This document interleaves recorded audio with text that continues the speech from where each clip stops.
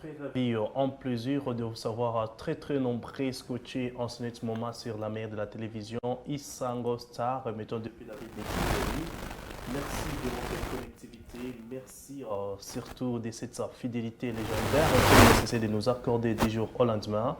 Appelez-moi tout simplement Hamza Jigblou Bin Ramazani et pour les intimes, le prix Nobel du plus beau sourire devant les caméras.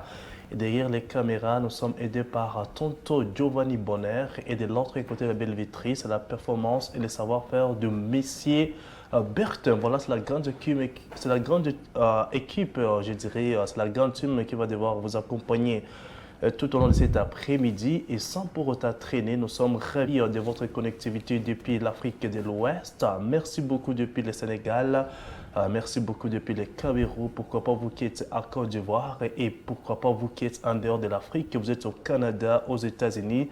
Merci de nous suivre sur Isango Star en intégralité sur notre site internet. Alors, sans pour autant traîner, je suis avec un invité de marque dans ce beau cadre. Quand je parle d'un invité de marque, vous allez comprendre bien que c'est quelqu'un de très spécial, bien évidemment. Alors, messieurs et dames, téléspectateurs, téléspectatrices d'Isango Star, dans ce beau studio, je suis avec un maître avocat. Un maître avocat, je vous dis, et en même temps, c'est un jeune entrepreneur. Il est rempli, bien évidemment, de plusieurs facettes. On va essayer de les découvrir à travers cette émission, La Découverte. Monsieur Arma, monsieur l'avocat Arma, bienvenue dans les studios d'Isango Star et bienvenue dans l'émission La Découverte. Comment allez-vous? Ça va, Ça va très bien. Ça va très bien. Alors, ravi de vous accueillir dans cette émission La Découverte, une émission des jeunes, bien évidemment, Oui. une émission dont on découvre surtout des personnalités publiques, voire même des personnalités privées. C'est votre première fois. Oui. C'est votre première fois, bien évidemment, de vous présenter sur ce plateau de La Découverte, et également d'Isango Star. Comment vous vous sentez d'abord? Bien évidemment, permettez-moi déjà, Monsieur Hamza, de vous dire merci.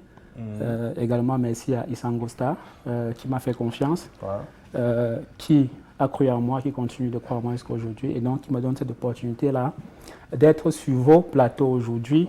Et donc, c'est un plaisir et j'espère que j'aurai l'occasion de revenir faire de plus ici à Isango Star. Il faut dire que c'est bien évidemment la première fois, comme vous l'avez dit. Et bon, j'espère que tout va bien se passer. Vous savez, en dehors de ce que je fais tous les jours, c'est la première fois que je suis là en direct avec vous. C'est un plaisir, c'est un immense plaisir également. Alors, avec vous, on va essayer justement de décortiquer sur votre vie, pas votre vie privée, je le signale, mais votre vie professionnelle. Alors, Messi Arma Wombo, bon, bien évidemment, je vais commencer par... Quelqu'un m'avait dit que je suis vraiment de la nature curieuse. J'aime tout savoir, je ne sais pas pourquoi. Raison pour laquelle je fais ce métier de journaliste. Alors, j'aimerais bien savoir, Wombo veut dire quoi d'abord? Wombo veut dire innocent parmi les hommes. Innocent. Innocent dans le monde, innocent parmi les hommes. Ah, vous avez un bon nom.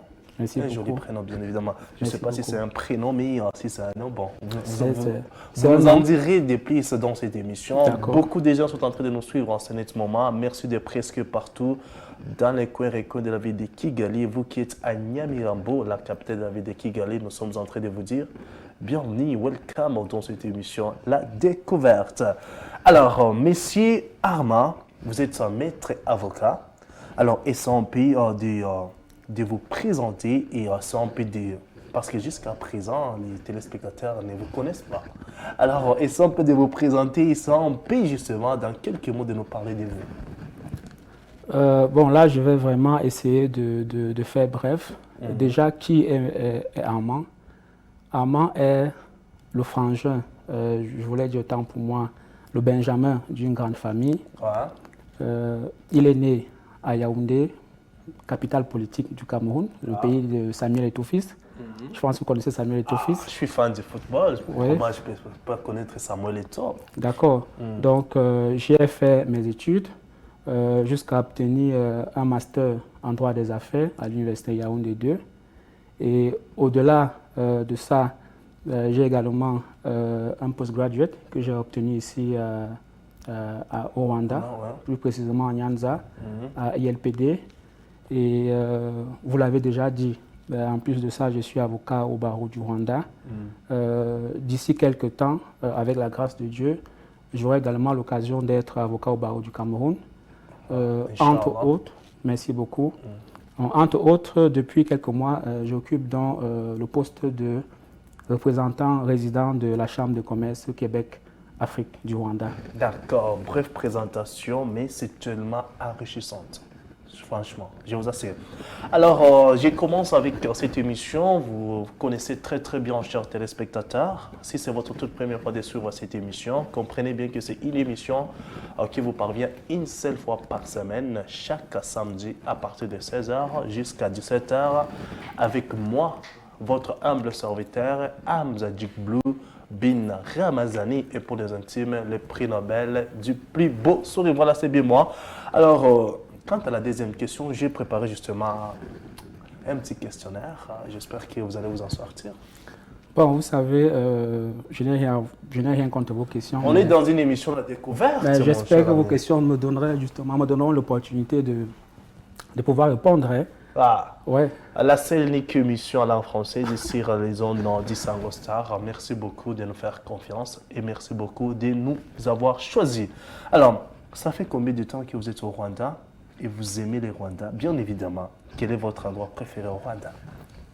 Trois questions en même temps. Déjà, ça fait bientôt 5 ans que je suis au Rwanda. Je suis au Rwanda depuis janvier 2019. Et donc, en janvier prochain, ça fera 5 ans précisément que je suis au Rwanda. S'agissant des endroits préférés, bon, je dirais que c'est difficile de répondre à cette question parce qu'il y a 2 endroits préférés que j'aime, principalement dans la ville de Kigali. C'est où, à Nyamirambo, à Kabuga? Non, ce n'est pas à Nyamirambo. Le premier endroit est le cercle sportif parce que je fais beaucoup de sport. Je suis un amoureux du sport.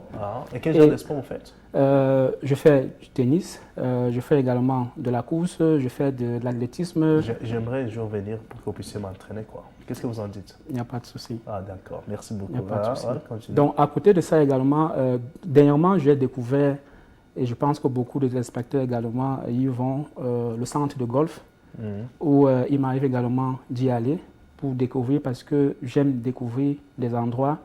Et donc, répondre à la question d'un endroit préféré, j'hésite un peu. Mais s'il faut vraiment choisir, je choisirais le cercle sportif parce que c'est vraiment un endroit attractif. C'est déjà un choix. C'est attractif. Beaucoup. Oui. D'accord, très bien. Alors, quant à la question suivante, on parle maintenant du business. Bon, le monde du business. Vous représentez le Canada au niveau de l'Afrique, mais plus particulièrement ici au Rwanda. Parlez-nous un peu sur cette représentation. Ça veut dire quoi? Bon, déjà, permettez-moi quand même de faire une petite clarification. Vous savez, le continent, le Canada, c'est un vaste continent. Et donc, je ne représente pas principalement le Canada, même si ce que la Chambre fait est davantage pour le rayonnement du Canada. Donc, je représente la Chambre de commerce Québec, la province du Québec. La province du Québec. La province du Québec principalement.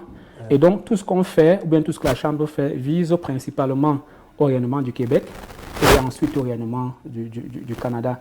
Et donc, cette Chambre, c'est un organisme à but non lucratif qui œuvre donc pour le développement économique et commercial entre la province du Québec, le Canada et toute l'Afrique en général, et particulièrement le cas du Rwanda. Et donc, pour son déploiement sur toute l'Afrique, le conseil d'administration a décidé de choisir parmi les villes africaines les villes porteuses. Et parmi ces pays, on a fait le choix, ils ont fait le choix du Canada, le choix du Rwanda autant pour moi.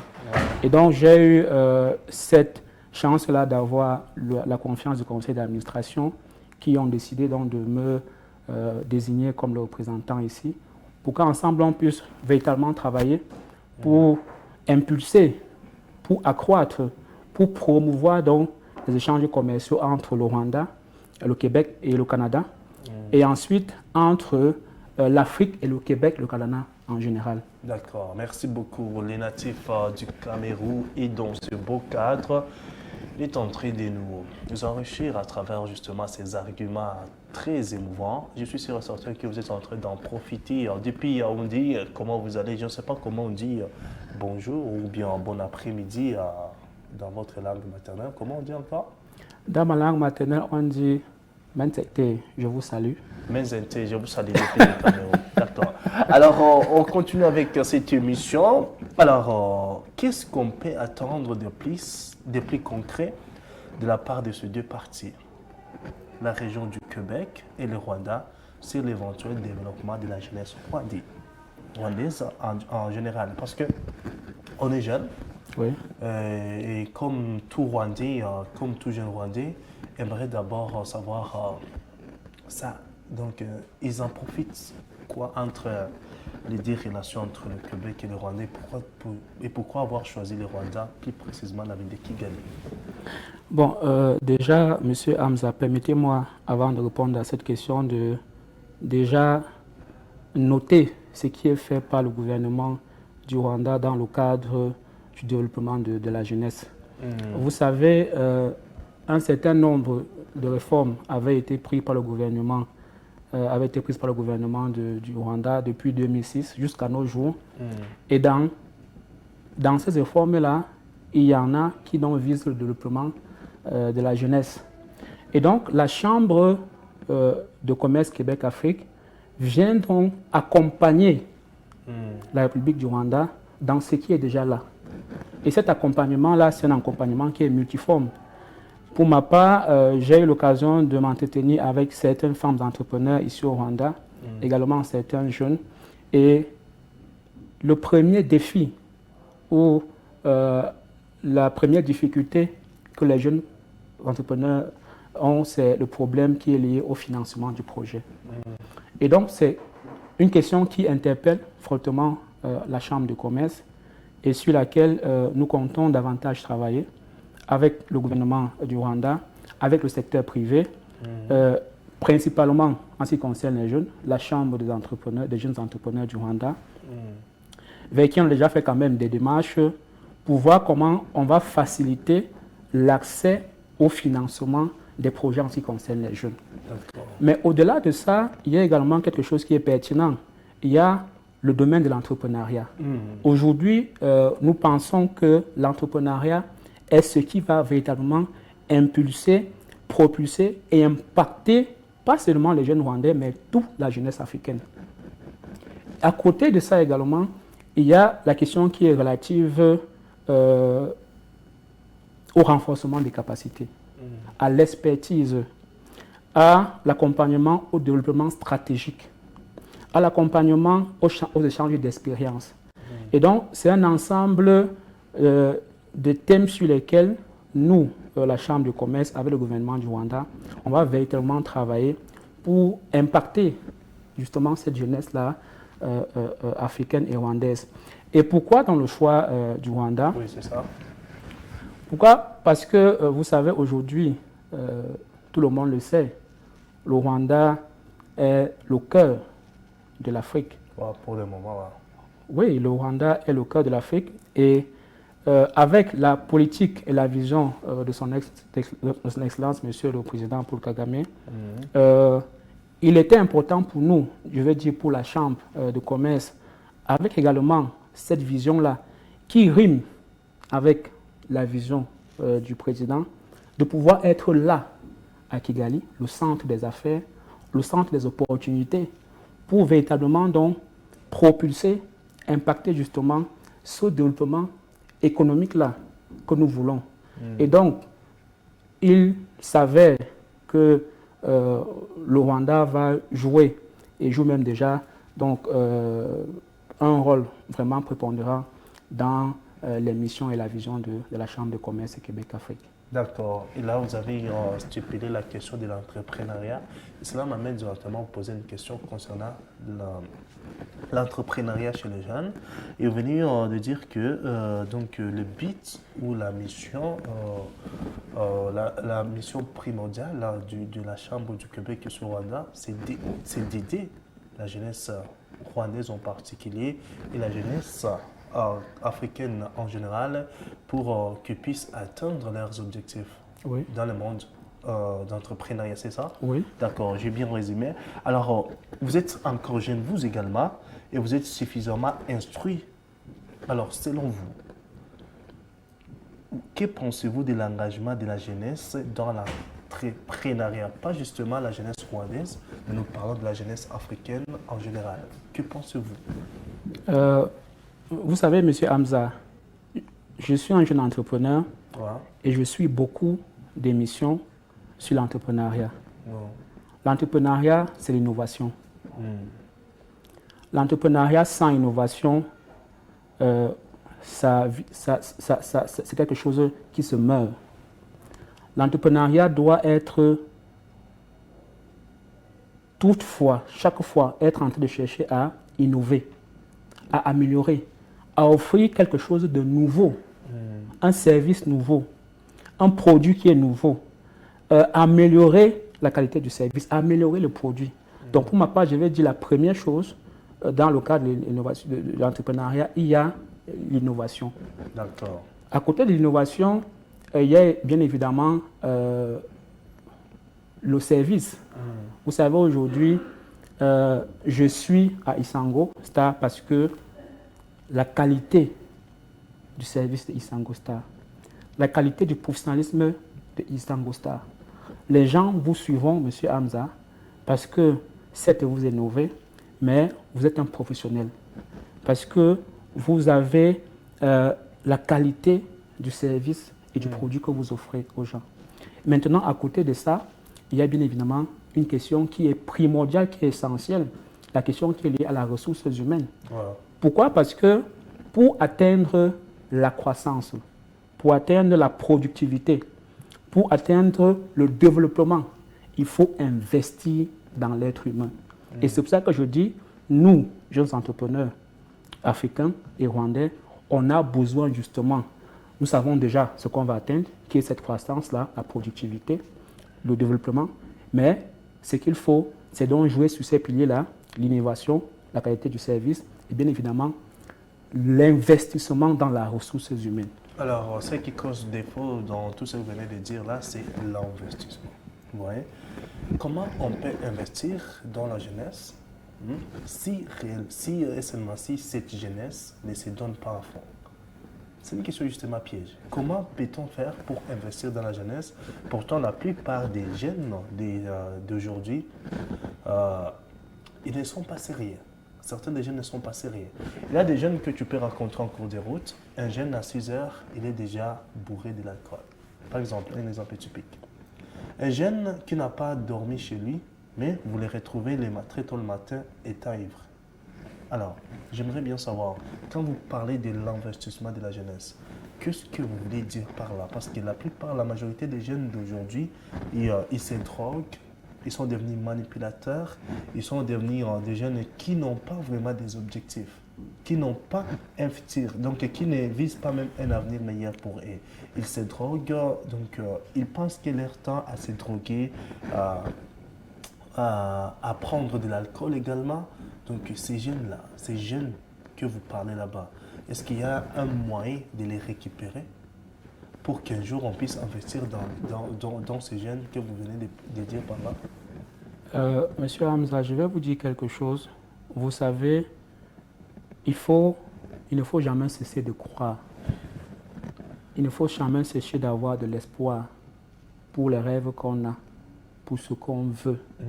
Parce que si on nous retire l'espoir, si on nous retire ce rêve-là, je crois que tout va s'arrêter.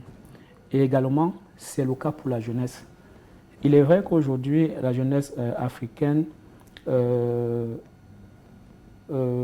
n'est pas cette jeunesse-là qu'on voudrait, Ouais. une jeunesse sur laquelle on a reposé, où on repose vraiment beaucoup d'attentes. Mais il faut également rappeler que la jeunesse, le continent africain, est le continent qui regroupe actuellement le plus fort taux, le plus grand nombre de jeunes. Ouais, ça je ne disconviens pas. Et donc, il faudrait continuer à travailler à éduquer cette jeunesse-là. Ouais. Il faudra travailler à montrer quels sont les avantages. Parce que je vais vous dire, M. Hamza, aujourd'hui, la jeunesse ou l'entrepreneuriat des jeunes peut véritablement, pas seulement impacter ce jeune-là. Donc il faudrait ici faire comprendre à un jeune que se lancer dans l'entrepreneuriat, c'est non seulement pour son propre développement, pour le développement de sa famille, ses enfants, son épouse, ses parents, c'est-à-dire si vous voulez apporter ou bien contribuer aux soins pour vos enfants, pour votre épouse, pour votre maman qui est à l'hôpital, pour votre papa, il faut comprendre que vous devez travailler sur vous. Et au-delà donc de vous, la famille et de la société, la communauté, il y a cet impact-là, votre contribution sur le développement de votre pays. Parce qu'aujourd'hui, les gens se demandent, on cite les grands pays, mais on ne comprend pas que ces grands pays-là sont ce qu'ils sont pour la plupart parce qu'ils ont des hommes qui entreprennent. Donc pour ma part, je dis, il faut qu'on continue, il ne faut pas qu'on lâche, il faut qu'on continue à mobiliser la jeunesse, à éduquer la jeunesse, à parler à la jeunesse et montrer à la jeunesse quel est l'impact de l'entrepreneuriat, pas seulement sur soi, autour de soi, la famille, les enfants, et la contribution que cela peut avoir sur l'État également. D'accord, merci beaucoup pour ces arguments convaincants, je vous assure. C'est tellement convaincant et merci beaucoup d'être là, d'être une source d'inspiration pour tous les jeunes qui nous regardent dans ce moment. Alors, comme le temps vraiment nous presse, j'aimerais vous poser une question. Alors, selon vous, pour les jeunes qui veulent avancer dans leur business, genre entrepreneuriat, quel est votre élément différenciant face aux concurrents qui exercent les mêmes métiers? Est-ce que vous m'avez bien capté? Bien, je peux réitérer la question? Il n'y a pas de non. J'ai compris cette question et tout à l'heure, j'ai même parlé, j'ai évoqué cette réponse-là. Monsieur Hamza, aujourd'hui, ce qui différencie une société d'une autre qui font dans le même service, c'est l'innovation. D'accord, prenons le cas du Rwanda. Hein? Et comparativement au cas du Cameroun. Oui. Vous avez vécu au Cameroun et actuellement vous vivez au Rwanda. Dites-nous justement une petite différence entre les deux dans le cadre d'innovation. Répondre, là, il faut, lorsque je parlais d'innovation, je pensais plutôt dans des structures qui exercent dans le même service, par exemple. Ouais, c'est ça. Oui, mais quand je parle ici, quand vous prenez le cas du Cameroun et du Rwanda, c'est un peu vaste. Et donc, pour ma part, je ne vois pas directement si peut-être on peut prendre un domaine précis. Je vais prendre par exemple le domaine qui est lié, laissez-moi réfléchir. Disons à l'agriculture. L'agriculture. Peut-être. Il y a des jeunes agriculteurs ici au Rwanda qui innovent leur business dans le domaine d'agriculture. Alors, comparativement aux jeunes Camerounais, par hasard, y a-t-il des jeunes qui exercent aussi dans le domaine d'agriculture au Cameroun? Si. Alors, prenons maintenant ces cas, un exemple justement typique. Déjà, il faut dire que en ce qui concerne le domaine de l'agriculture, qui est fait par les jeunes aussi bien au Cameroun. Je vais prendre le cas du Cameroun premièrement.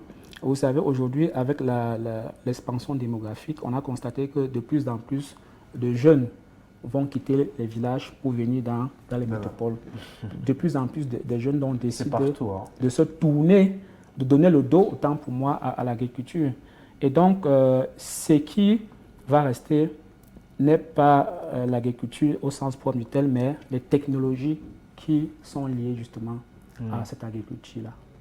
Et donc, dans les technologies, donc ici, on va donc revenir sur ce que j'ai dit ici, qui est l'innovation technologique qui accompagne, que ce soit les agriculteurs, les producteurs, les éleveurs, pour la croissance de leurs produits. Vous comprenez un peu? Oui, je comprends, je comprends. Et donc, jusqu'ici, je n'ai pas encore côtoyé les jeunes agriculteurs, les jeunes entrepreneurs qui font dans le domaine de la technologie de l'agriculture au Rwanda pour vraiment faire une comparaison. Jusqu'ici, je ne peux pas. Mais je sais quand même que ce qui est fait au Cameroun par ces jeunes-là est quelque chose qui est à féliciter, quelque chose qui est également grand.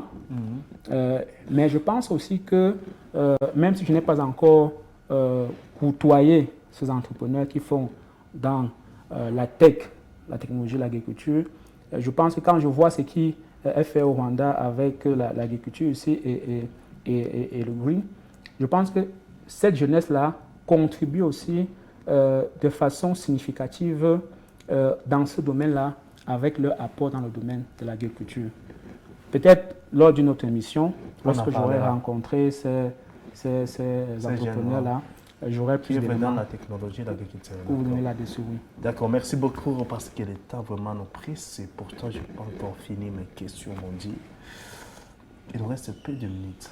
Et pourtant j'ai préparé au moins tant de questions comme ça, ouais, pour vous. Mais on va continuer la fois prochaine, mais avant qu'on se quitte, parce qu'il nous reste probablement 2 petites minutes, on parle maintenant de la communauté francophone vivant au Rwanda. Oui. Nous vivons dans un pays où les Kinyarwanda jouent un grand rôle. Alors, il se peut qu'il y a plusieurs francophones, à l'occurrence de votre justement collaborateurs qui nous assistent donc cet après-midi. Merci justement d'être là, même si je ne connais pas son nom, malheureusement je le saurai bien avant après l'émission. Alors, que pensez-vous justement aux francophones résidant au Rwanda, mais qui malheureusement n'ont pas un moyen de communication fiable entre les francophones? Bon, ce que je pense, c'est que les francophones qui résident au Rwanda ont besoin d'une plateforme pour communiquer. Et c'est l'occasion pour moi de faire comprendre à tous ces francophones-là, aussi bien de l'Afrique, de l'Europe, du Canada, de venir à Isango, parce que Isango milite donc pour la promotion de la langue française. Et donc, dans ce cas, il y a beaucoup d'entreprises, beaucoup d'entrepreneurs et même des organisations qui ont besoin d'un espace pour communiquer. Et je vous assure, il n'est pas évident lorsque vous arrivez dans un pays étranger de pouvoir trouver cette voie-là pour passer l'information. Et donc, je pense que ce soit les Camerounais, les Ivoiriens, les Sénégalais qui sont nombreux ici, que ce soit les Congolais, que ce soit les Togolais, que ce soit les Belges, que ce soit les Français, qui sont le plus inspirés également, on devrait quand même pouvoir véritablement travailler en collaboration pour davantage promouvoir cette langue française-là, qui était certes en voie de disparition ici au Rwanda, mais qui est en train de revenir, raison pour laquelle nous avons cette émission, La Découverte. D'accord, merci beaucoup pour cette expertise. Vraiment, j'apprécie énormément.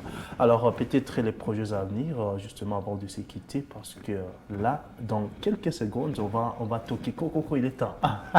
Mais parlez-nous justement, en bref, de vos projets à venir.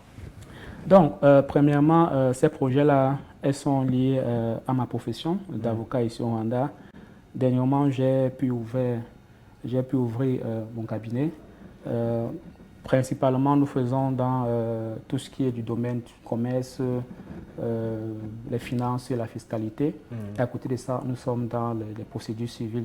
Donc, on souhaite étendre ces services-là. Pourquoi? Pour servir les Rwandais. Parce que nous sommes là pour accompagner l'État dans la bonne administration de la justice et pour servir les Rwandais et toute personne qui vraiment ont besoin. Et à côté de ça, on va également continuer à travailler pour donc intensifier ce que la Chambre de commerce fait déjà ici au Rwanda et pour véritablement impacter les femmes entrepreneurs, les jeunes entrepreneurs et tout le secteur privé. Donc voilà ce que je peux dire pour les projets à venir. Oui. D'accord, merci beaucoup, M. Arma. Vous êtes maître avocat, vous êtes un jeune entrepreneur et rempli justement de beaucoup de facettes. On l'a justement découvert à travers cette émission. Et là, vraiment, je vous assure que le temps nous presse énormément. Et là, on commence à me faire signe que comme quoi, il est maintenant temps justement d'arrêter. Peut-être les tout derniers mots avant justement de se quitter dans cette émission. Juste que je vous dis merci à vous, Monsieur Hamza. Ce n'est pas la dernière fois de toutes les façons. D'accord. J'espère qu'avec votre expertise, vous serez encore une fois de plus ici, peut-être bien après une semaine, ou bien pourquoi pas les samedis prochains pour finir, parce que moi, je n'ai pas fini. Normalement, je ne suis pas convaincu. Non, bon, je suis convaincu, mais je ne suis pas satisfait. C'est ça les mots. Alors, monsieur Armand, peut-être les derniers mots. Oui, donc je disais, à chaque fois que Isango Star aura besoin de moi, que ce soit les jeunes entrepreneurs, ils pourront toujours me contacter. Je me ferai toujours un plaisir d'être là à Isango et d'accompagner tous les entrepreneurs qui sont au Rwanda. Et sous peu, tout ce que je peux dire aux entrepreneurs qui me regardent, ayez l'espoir, ayez foi en vous, ne baissez jamais les bras. D'accord. Merci beaucoup. Merci beaucoup, M. Bertrand, qui nous a mis à Nantes. Je dirais qu'il était de l'autre côté de la Belle-Vitterie. C'est grâce à lui que vous nous avez suivis en intégralité et en exclusivité chez vous à la maison. Merci également à M. Bonheur Giovanni, qui était derrière les caméras. Merci à notre assistant, les grands collaborateurs de M. Arma, qui nous a assistés donc cet après-midi. Merci également à tous les téléspectateurs, téléspectatrices qui nous ont suivis de presque partout. C'est les premiers numéros justement avec M. Arma et on vous communiquera bien évidemment les deuxièmes numéros à travers nos réseaux sociaux. Que ça sera possible. J'étais Hamza Djigblou bin Ramazani et pour les intimes, le prénom du plus beau devant les caméras et derrière les caméras, comme je viens de vous le dire, la grande équipe qui vous a accompagné. D'ici là, je vous retrouve très prochainement pour un nouvel épisode de l'émission La Découverte. D'ici là, portez-vous bien. Bon week-end. Ciao.